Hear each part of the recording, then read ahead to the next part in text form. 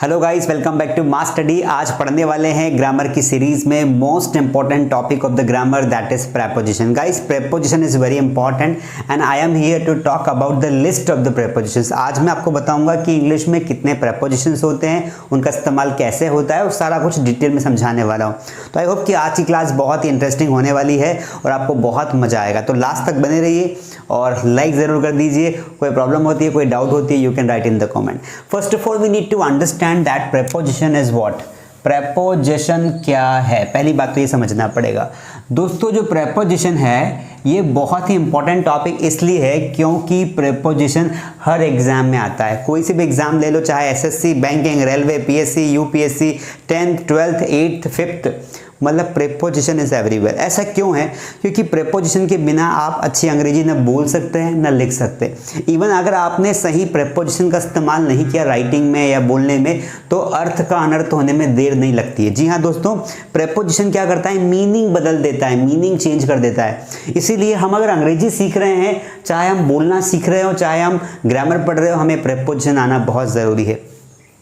दोस्तों, first of all I am going to talk about the definition of the prepositions और फिर यहाँ पर मैं आपको एग्जाम्पल के माध्यम से समझाऊंगा और फिर आपको बताऊंगा कि कैसे प्रेपोजिशन में कंफ्यूजन होता है। फिर मैं आपको समझाऊंगा कि कैसे प्रेपोजिशन आपको कंफ्यूज करते हैं, क्योंकि एक प्रेपोजिशन अलग अलग जगह इस्तेमाल होता है अलग अलग मीनिंग के साथ। इन्हें आप रट्टा नहीं मार सकते, जब तक आप कंसेप्ट को नहीं समझेंगे प्रेपोजिशन नहीं आएगा। अगर आपको अच्छा लगे तो बिल्कुल आप लाइक करिए। देखिए दोस्तों, सबसे पहले हमें उसका मीनिंग समझना पड़ेगा कि प्रेपोजिशन अंग्रेजी में क्या काम करता है। A word or phrase that is used before noun or pronoun to show place, time and direction. दोस्तों, अ वर्ड और फ्रेज मतलब क्या होता है मैं आपको समझाऊंगा। प्रेपोजिशन एक ऐसा शब्द जो किसी वर्ड, एक ऐसा शब्द और एक ऐसा फ्रेज जो किसी नाउन या प्रोनाउन के पहले इस्तेमाल किया जाता है। ऐसा शब्द या फ्रेज जो किसी नाउन या प्रोनाउन के पहले इस्तेमाल किया जाता है, क्या बताने के लिए? स्थान, समय और दिशा बताने के लिए। वह क्या कहलाता है? प्रेपोजिशन कहलाता है। इसका मतलब ये हुआ दोस्तों परिभाषा का कि कोई ऐसा शब्द या वाक्यांश, शब्द या वाक्यांश, ये फ्रेज का मतलब होता है वाक्यांश, वाक्य का अंश, ठीक है। शब्द या वाक्यांश, कोई ऐसा शब्द या वाक्यांश जो किसी नाउन या प्रोनाउन के पहले आता है और वो क्या बताता है? वो बताता है या तो टाइम बताएगा, या फिर वो बताएगा आपका प्लेस, या फिर वो आपको बताएगा डायरेक्शन। तो अल्टीमेटली आपको ये समझ में तो आ गया होगा कि सर वर्ड समझ में आता है। जैसे ये सारे वर्ड्स हैं, जैसे एक ऑन है एक वर्ड है, जैसे सर इन है एक वर्ड है, जैसे बिहाइंड है एक वर्ड है। लेकिन सर ये फ्रेज क्या है? सर ये फ्रेज बता दीजिए कि प्रीपोजिशन एक तो वर्ड्स में होते हैं, प्रीपोजिशन एक, और एक फ्रेज में होते हैं। जैसे मैंने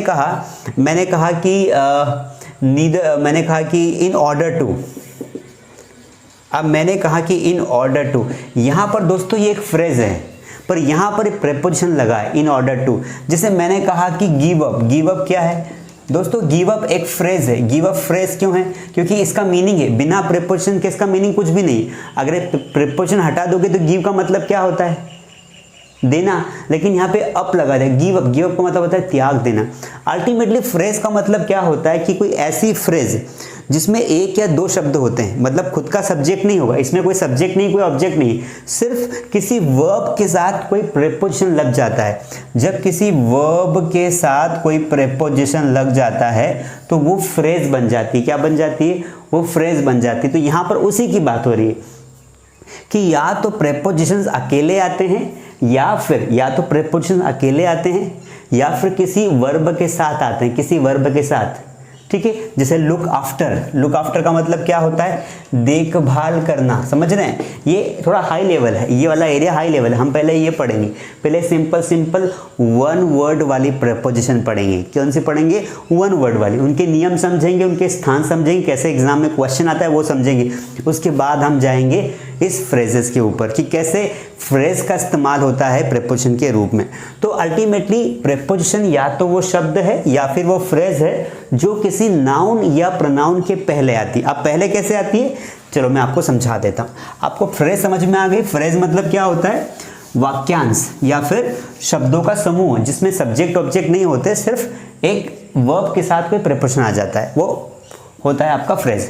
अब ये बोल रहा है कि नाउन या प्रोनाउन के पहले आता है और कुछ ना कुछ बताता है, स्थान बताएगा, समय बताएगा। जैसे मैंने कहा कि राहुल इज फ्रॉम इंदौर। मैंने कहा राहुल कहाँ से है, राहुल कहाँ से है दोस्तों, राहुल इज फ्रॉम इंदौर। अगर आपको सीखना है थोड़ा समय देना पड़ेगा। अगर आप सोचो कि मैं भगा भगा के या जल्दीबाजी करके पढ़ लूँ, ये पॉसिबल नहीं। अगर आपको वीडियो की और भी क्वालिटी चाहिए तो आप अपने यूट्यूब की सेटिंग में जाइए, वहाँ पर से जो स्क्रीन आपको यूट्यूब की स्क्रीन दिख रही है उस पर 3 लाइनें, 3 डॉट पर क्लिक करके आप हायर क्वालिटी कर लीजिए। हायर क्वालिटी कर लेंगे तो आपको और भी क्लियर स्क्रीन दिखाई देगी।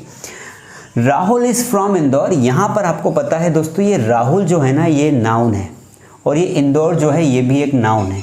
अब प्रेपोजिशन क्या करता है, 2 शब्दों के बीच में संबंध बताता है और डायरेक्शन बताता है। अब ये परिभाषा को देखिए, पहले हम ये देखते हैं कि नाउन क्या करता है, नाउन या प्रोनाउन के पहले आता है। ये इंदौर क्या है, एक नाउन है, नाउन के पहले क्या आ गया, एक प्रेपोजिशन आ गया। ये समझ में आ रहा है आपको, कोई भी नाउन के पहले आके क्या आ गया, किसी भी नाउन के पहले जो शब्द आता है वो या तो एडजेक्टिव होगा या प्रेपोजिशन होगा। अब ये प्रेपोजिशन है, अब ये क्या बताएगा, या तो ये प्लेस बताएगा या टाइम बताएगा, डायरेक्शन बताएगा। मैंने कहा मैं इंदौर से हूँ तो ये स्थान बता रहा है, क्या बता रहा है, ये जो प्रेपोजिशन है क्या बता रहा है, प्रेपोजिशन ऑफ प्लेस है कि मैं कहाँ से हूँ, सब्जेक्ट कहाँ से है, इंदौर से। तो दोस्तों ये आपको समझना है कि कोई भी प्रीपोजिशन नाउन के पहले आता है या प्रोनाउन के पहले आता है, या तो वो स्थान बताएगा या समय बताएगा या फिर वो डायरेक्शन बताएगा।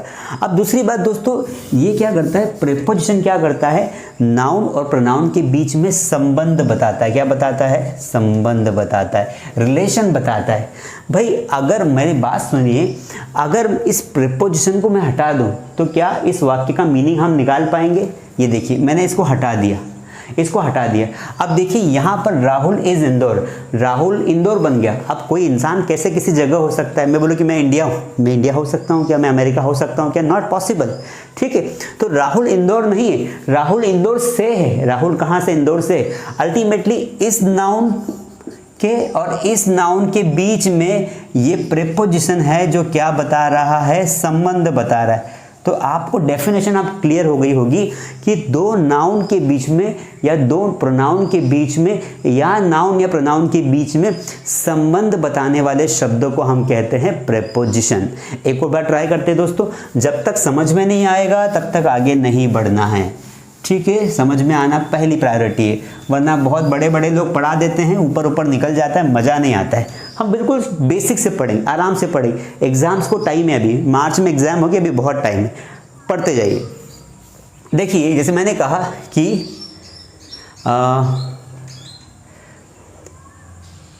She is in the car, she is in the car.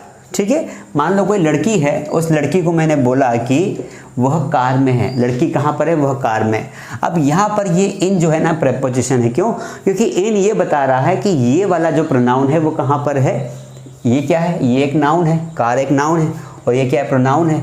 तो she is in the car का मतलब होता है वह कार में है। अगर ये इन जो है ये बता रहा है, पोजीशन बता रहा है, किसकी पोजीशन बता रहा है, किसकी जगह बता रहा है, शी की, कि शी कहाँ पर है, कार में। सोचो अगर ये प्रेपोजिशन हटा दिया जाए, अगर अंग्रेजी में से ये प्रेपोजिशन हटा दिया जाए तो दोस्तों शी इज़ द कार हो जाएगा। क्या हो जाएगा, देखिए पढ़ के देखिए, शी इज़ द कार, वह कार। लड़की गुस्सा हो जाएगी, लड़की नाराज हो जाएगी ना, क्योंकि लड़की कार थोड़ी हो सकती, लड़की कार में हो सकती, लड़की कार के ऊपर हो सकती, कार के नीचे हो सकती, कार की डिक्की में हो सकती, लेकिन लड़की कार नहीं हो सकती। प्रीपोजिशन हमारी मदद करते हैं, हमारी हेल्प करते हैं, हमारी अंग्रेजी को सार्थक करते हैं ताकि हम सही अंग्रेजी बोल पाएं। So that is why I have a lots of examples which can show you that कि कैसे आप प्रीपोजिशन का इस्तेमाल कर सकते हैं। दोस्तों प्रीपोजिशन को मैं पढ़ाना शुरू करूं उसके पहले मैं आपको एक बात समझा देता हूं दोस्तों कि प्रीपोजिशन को हम 3 कैटेगरी में डिवाइड करेंगे। सबसे बड़ा कंफ्यूजन कहाँ होता है, एक ही प्रीपोजिशन का इस्तेमाल हम लोग प्लेस के लिए भी करते हैं, टाइम के लिए भी करते हैं और कभी कभी डायरेक्शन के लिए भी कर सकते हैं। तो हम ये डिसाइड नहीं कर सकते कि सर ये ऑन है, ऑन का इस्तेमाल सिर्फ हम टाइम दिखाने के लिए करते हैं, ऐसा नहीं हो सकता है। देखिए जैसे हमको पता है कि ऑन का इस्तेमाल जो है हम किसके लिए करते हैं, तो ऑन का हिंदी मीनिंग कभी कभी पर हो जाता है। अब जैसे मान लो कि मैंने कहा कि आई एम ऑन द, मैंने इसको ऐसे बनाते हैं,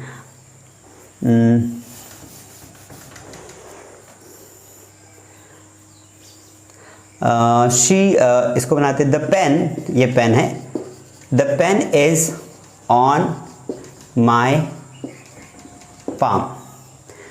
अब जो ये पेन है, ये पाम मतलब हथेली होती है, पाम मतलब हथेली होती है, तो ये पेन है, ये मेरी हथेली पर है। तो ऑन क्या कर रहा है, हथेली और पेन के बीच में जो गैप है उसको पूरा कर रहा है। ये पेन है और ये पाम है, पाम मतलब हथेली। ये हाथ नहीं बोलेंगे, अगर यहाँ पे हैंड होता तो गलत हो जाता। अगर यहाँ पे होता कि the pen is in my hand तो इन लगाना पड़ता। यहाँ पर इन कब आता, जब मैं बोलता कि मेरे हाथ में है, क्योंकि हाथ लंबा होता है पूरा, इस वाले पोर्शन को इन बोलते हैं। बहुत सारे यूट्यूबर गलत पढ़ा रहे थे, मैंने बड़े बड़े यूट्यूबर्स को गलत पढ़ाते हुए देखा है, गलत पढ़ाते हैं लोग। कुछ एक बताना नहीं चाहूँगा, पर एक टीचर पढ़ा रहा था यूट्यूब पर, वो बोल रहा था the pen is in my hand, the pen is in my hand हो ही नहीं सकता है, the pen is on my hand हो ही नहीं सकता है, ऑन नहीं आएगा हैंड के पहले। यहाँ पर अगर हैंड होता है ना दोस्तों, तो यहाँ पर इन आता, ध्यान रखना है। पर अब उसने पढ़ा दिया गलत, क्या करें। ये जो वाला हिस्सा होता है ना, इसमें कोई चीज़ अगर आपकी रखी है ना, इस वाली चीज़ में, तो ऑन आएगा। क्या आएगा, ऑन आएगा, ध्यान रखना है, क्योंकि ये पाम है, हथेली, हथेली को पाम कहा जाता है। ठीक है, तो यहाँ पर मैं आपको ये बताना चाह रहा हूँ कि किस तरीके से एक प्रेपोजिशन का इस्तेमाल अलग अलग तरीके से हो जाता है। जैसे यहाँ पर जो ये ऑन है, इसका मतलब होता है कि the pen is on my palm, pen जो है मेरी हथेली पर है, और ये वाला जो ऑन है ये बता रहा है स्थान। क्या बता रहा है, स्थान बता रहा है। जबकि मैंने एक और सेंटेंस बोला, कि I will meet you on Monday, मैं तुम्हें मंडे को मिलूंगा, तो यहाँ पर ये जो ऑन है, यहाँ पर इसने स्थान बताया, लेकिन यहाँ पर जो ऑन है, यहाँ पर जो है ये समय बता रहा है कि कब मिलेगा, मैं मंडे को मिलूंगा। तो यहाँ पर ये वाला ऑन क्या बता रहा है, ये वाला ऑन बता रहा है टाइम, जबकि यहाँ पर ये वाला ऑन क्या बता रहा है, प्लेस बता रहा है। I want to tell you very clearly कि एक प्रेपोजिशन का इस्तेमाल, मतलब इसी प्रेपोजिशन का इस्तेमाल, ऑन का इस्तेमाल हम प्लेस के लिए भी कर रहे हैं और टाइम के लिए भी कर रहे हैं। तो इसीलिए हमें समझना पड़ेगा कि एक प्रेपोजिशन के इस्तेमाल कितने होते हैं, 3 होते हैं, 4 होते हैं, 5 होते हैं, 6 होते हैं, कितने होते हैं। तो एक एक प्रेपोजिशन को लेंगे और उनको समझेंगे, उनके रूल्स लिखेंगे, उनके एग्जाम्पल्स देखेंगे तो समझ में आ जाएगा। अब हम आगे बढ़ें उसके पहले मैं आपको समझा देता हूं दोस्तों कि यहाँ पर जो प्रेपोजिशन की जो कैटेगरी है ना, प्रेपोजिशन की जो कैटेगरी है, वो कैटेगरी क्या है, preposition of time, preposition of place, preposition of movement. ठीक है, अब ध्यान रखना है। तो चूंकि एक प्रेपोजिशन टाइम में भी आता है और वही प्रेपोजिशन क्या आता है, प्लेस में भी आता है। देखो यहाँ पर ऑन टाइम में भी है, ऑन प्लेस में भी है। इसीलिए हमें एक लिस्ट याद करनी है कि प्रेपोजिशन ऑफ टाइम वाले कितने हैं, प्रेपोजिशन ऑफ प्लेस वाले कितने हैं, और प्रेपोजिशन ऑफ मूवमेंट मतलब जो दिशा बताए, डायरेक्शन बताए, मूवमेंट बताए, वो वाले कितने हैं। तो प्रेपोजिशन ऑफ टाइम में हम इतने सारे प्रेपोजिशन का इस्तेमाल करेंगे। जैसे ऑन का इस्तेमाल करेंगे, इन का इस्तेमाल करेंगे, बिफोर मतलब पहले होता है ना, तो ये भी क्या बताएगा, टाइम बताएगा। अगो मतलब कुछ समय पहले होता है, सिंस मतलब से होता है, फॉर मतलब के लिए होता है। इनके हिंदी मीनिंग से मतलब नहीं है, क्योंकि ग्रामर में हिंदी मीनिंग नहीं चलता है, ग्रामर में रूल्स चलते हैं, ग्रामर में नियम चलते हैं, तभी तो ग्रामर बनी। तो सिंस है, फॉर है, बाय है, टू है, विद इन है, ड्यूरिंग है, आफ्टर है, बहुत सारे हैं एट्सेट्रा। प्लेस के लिए या पोजीशन के लिए हम ये वाले, इसमें से बहुत सारे रिपीट हो जाएंगे। तो कौन कौन से हैं जो प्लेस या पोजीशन बताएंगे, जैसे बिहाइंड मतलब पीछे होता है। ठीक है, इन मतलब कोई वस्तु के अंदर होता है, जब हम इन लगाते हैं, जैसे वाटर के अंदर है। ऑन मतलब स्थान की बात हमने भी की थी। एट मतलब कोई छोटा स्थान होता है, उसको दिखाने के लिए हम लोग करते हैं। अंडर मतलब नीचे होता है, इनको डिटेल में पढ़ेंगे। बिटवीन मतलब दो स्थानों के बीच में होता है। बिसाइड मतलब साइड बाजू में होता है। नियर मतलब पास में होता है, एट्सेट्रा। उसी प्रकार प्रेपोजिशन ऑफ मूवमेंट, ऐसे मूवमेंट जो डायरेक्शन बताएंगे, मूवमेंट बताएंगे। जैसे बोलते हैं ना कि वो मेरी ओर आ रहा है, he is coming towards me, तो जो टूवर्ड्स से हो जाएगा वो दिशा बता रहा है कि the bull is coming towards me, सांड जो है मेरे पीछे आ रहा है। तो टू हो गया है ना, ऑन टू हो गया, और डाउन हो गया, ओवर हो गया। ऑन तो आपने सुना होगा, ऑन टू का मतलब होता है जब कोई गतिशील अवस्था में एक वस्तु दूसरी वस्तु पर गिरती है और उस पर टिक जाती है। जैसे पेन में गिराऊंगा तो टिक गई, तो ये ऑन टू हो गया। The pen fell on to my palm, the pen fell on to my palm. तो बड़ा मजा आने वाला है, प्रिपरेशन पढ़ाने में बड़ा मजा आता है। नियम बहुत शानदार है। फ्रॉम है, टूवर्ड्स है। तो और भी कुछ है, मैंने यहाँ पे एटसेट्रा लिखा हुआ है। एटसेट्रा का मतलब होता है कि आप और भी जो है आप चाहो तो और भी गूगल सर्च करके निकाल सकते हो। अगर आपको चाहिए लिस्ट चाहिए पूरे प्रिपरेशंस की तो आप टेलीग्राम पर जुड़ जाइए, वहाँ पर मैं आपको लिस्ट प्रोवाइड कर दूंगा। इंस्टाग्राम पेज को फॉलो कर लीजिए, ठीक है। अब ये हो गए आपके प्रेपोजिशंस। तो टेलीग्राम सर्च कीजिए, मास स्टडी के नाम से टेलीग्राम है, जरूर जुड़िए। वहाँ पर आपको डेली वोकैबुलरी मिलती है, नोट्स मिलते हैं। मास स्टडी इंस्टाग्राम पर भी अवेलेबल है, वहाँ पर भी आप जुड़ जाइए, सेम नोट्स हम वहाँ पर भी डालते हैं। और अपार्ट फ्रॉम दिस आप मुझे पर्सनली भी इंस्टाग्राम पर फॉलो कर सकते हैं। अब देखिए दोस्तों, यहाँ पर जो है ये मैंने 3 चीज़ें आपको बता दी है कि किस तरीके से एक प्रेपोजिशन रिपीट होता है। तो रिपीटेशन को रोकने के लिए हमें एक एक को लेना पड़ेगा, अलग अलग नहीं पढ़ेंगे। हमने ऑन लिया तो ऑन को पूरा पढ़ेंगे कि ऑन के कौन कौन से नियम टाइम में है, ऑन से कौन कौन से नियम प्लेस में, ऑन के कौन कौन से नियम मूवमेंट में है, डायरेक्शन में है, ठीक है। तब मज़ा आएगा, तब पढ़ने में आपको बहुत ही आसानी हो जाएगी। तो दोस्तों वैसे तो मैं आपको स्टार्ट करना चाहता हूँ प्रिपरेशन अभी से, लेकिन चूंकि जब स्टार्ट करेंगे तो 1 या 2 प्रिपरेशन को पढ़ाने में बहुत टाइम लग जाएगा और क्लास लंबी होगी तो फिर आपको मज़ा नहीं आएगा। दोस्तों नेक्स्ट क्लास से हम शुरू करेंगे, हम लोग नेक्स्ट क्लास से 3-3, 4-4, 5-5 प्रिपरेशन लेंगे और फिर इनको कंपेरेटिव भी पढ़ेंगे। कंपेरेटिव वैसे अगर आप पढ़ते हैं तो आपको, अगर आप एग्जाम के पर्पज से पढ़ रहे हो तो दोनों प्रिपरेशन को एक साथ लेके पढ़ो। जैसे वाहन चलाने के लिए हम लोग बाय का इस्तेमाल भी करते हैं, बाय कार होता है, बाय ट्रेन होता है, बाय प्लेन होता है, जबकि 2 व्हीलर्स के लिए हम ऑन का इस्तेमाल करते हैं। ऑन बाइक होता है, ऑन बाइसिकल होता है, ऑन हॉर्स होता है। तो इसीलिए आपको जो है ऑन का, बाइक का, इन का, तीनों का साथ में पढ़ना है। तो बहुत मजा आने वाला है। I am very excited, I hope you will be too. तो इसीलिए आप इसका स्क्रीनशॉट ले लीजिए और अपनी कॉपी में सारे नोट डाउन कर लीजिए। अगर आपने कॉपी नहीं बनाई है तो ग्रामर की कॉपी बना लीजिए। ये 30 दिन के इंग्लिश की सीरीज में लगभग सारे इंपॉर्टेंट टॉपिक में कवर करवा दूंगा, फिर लास्ट में हम प्रैक्टिस करेंगे। तो आज के लिए इतना काफ़ी। आज हमने सीखा कि प्रिपरेशन क्या होता है और उसकी डेफिनेशन क्या होती है, वो क्या बताता है और कितने तरीके के प्रिपरेशंस हो सकते हैं, ठीक है। आई होप आपको काफ़ी कुछ समझ में आया होगा, मदद मिली होगी। अगली क्लास में डिटेल में पढ़ेंगे कुछ प्रिपरेशंस, ठीक है। अभी मैं इसलिए नहीं स्टार्ट कर रहा हूँ कि बहुत टाइम हो चुका है आधा, अब और स्टार्ट करेंगे तो हम एंड तक पहुँच नहीं पाएंगे। तो इसीलिए कल से स्टार्ट करेंगे। नेक्स्ट क्लास में हम लोग सारा के सारे प्रिपरेशंस 1 by 1 करके पढ़ेंगे, ठीक है। आपने इतना समय दिया इसके लिए थैंक यू सो मच।